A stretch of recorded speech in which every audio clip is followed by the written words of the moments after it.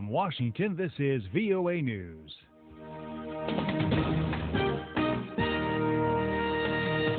Hello, I'm Steve Miller.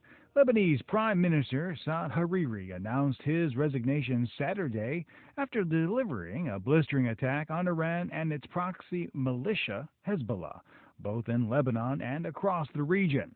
Edward Uranian has more. Lebanese President Michel Aoun indicated that Hariri's office had called him from outside Lebanon to relay the news of his resignation. Commentators on Saudi-owned Al Arabiya TV stressed that Hariri's resignation speech was made from the Saudi capital Riyadh and that it had regional implications. In his speech, Hariri accused both Iran and its Lebanese proxy militia Hezbollah of creating discord in the country as well as across the region. Edward Uranian for VOA News, Cairo.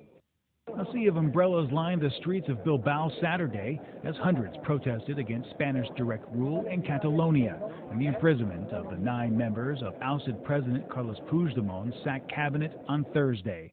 Arnaldo Otegi is the leader of the Basque pro-independence party at Bildu. He says Catalonia has begun a new era where jailed Catalan political prisoners now exist, and their president is under an European arrest warrant. Madrid implemented Article 155 of Spain's constitution October 27th, taking over control of the region's government in response to the declaration of independence by Catalonia's parliament. For pictures, video, stories, and more, be sure to follow Voice of America on social media. You'll find us on Facebook, Twitter, and Instagram. This is VOA News. Saudi Arabia and its forces intercepted a ballistic missile fired from Yemen toward one of the kingdom's major international airports on the outskirts of its capital, Riyadh. Melissa Melton has the story. The missile was fired from across Saudi Arabia's southern border by Yemen's Houthi rebels. Several Houthi-owned media outlets reported the rebels had launched the missile, who are at war with the kingdom. The missile was shot down by Saudi air defense forces, with fragments of the missile landing in an uninhabited area north of the capital.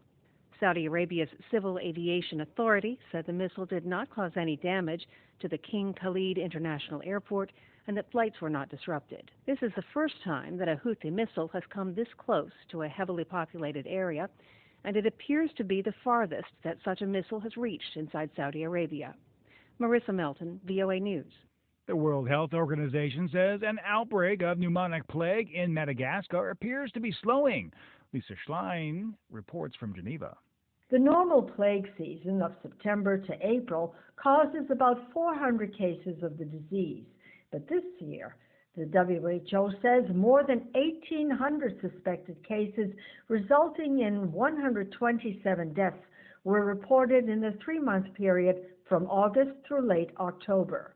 WHO spokesman Tarek Jazarevic says that is an unusually large number of cases in such a short period of time. While this declining trend in new plague cases and reduction in hospitalization due to plague is encouraging, WHO expects more cases of plague to be reported from Madagascar until the typical plague season ends in April 2018. He says finding and treating active cases of the plague, identifying people who have come in contact with an infected person, following up, and providing antibiotic treatment is important.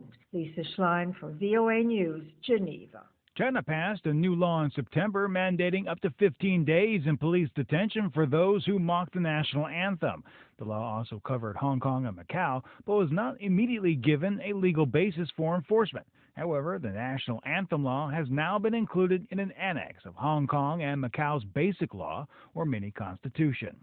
California Governor Jerry Brown says dealing with climate change will not just take scientific but religious commitment. Brown spoke Saturday at a Vatican symposium on the environment, where he said faith must join technical, scientific, and political approaches to limiting environmental devastation.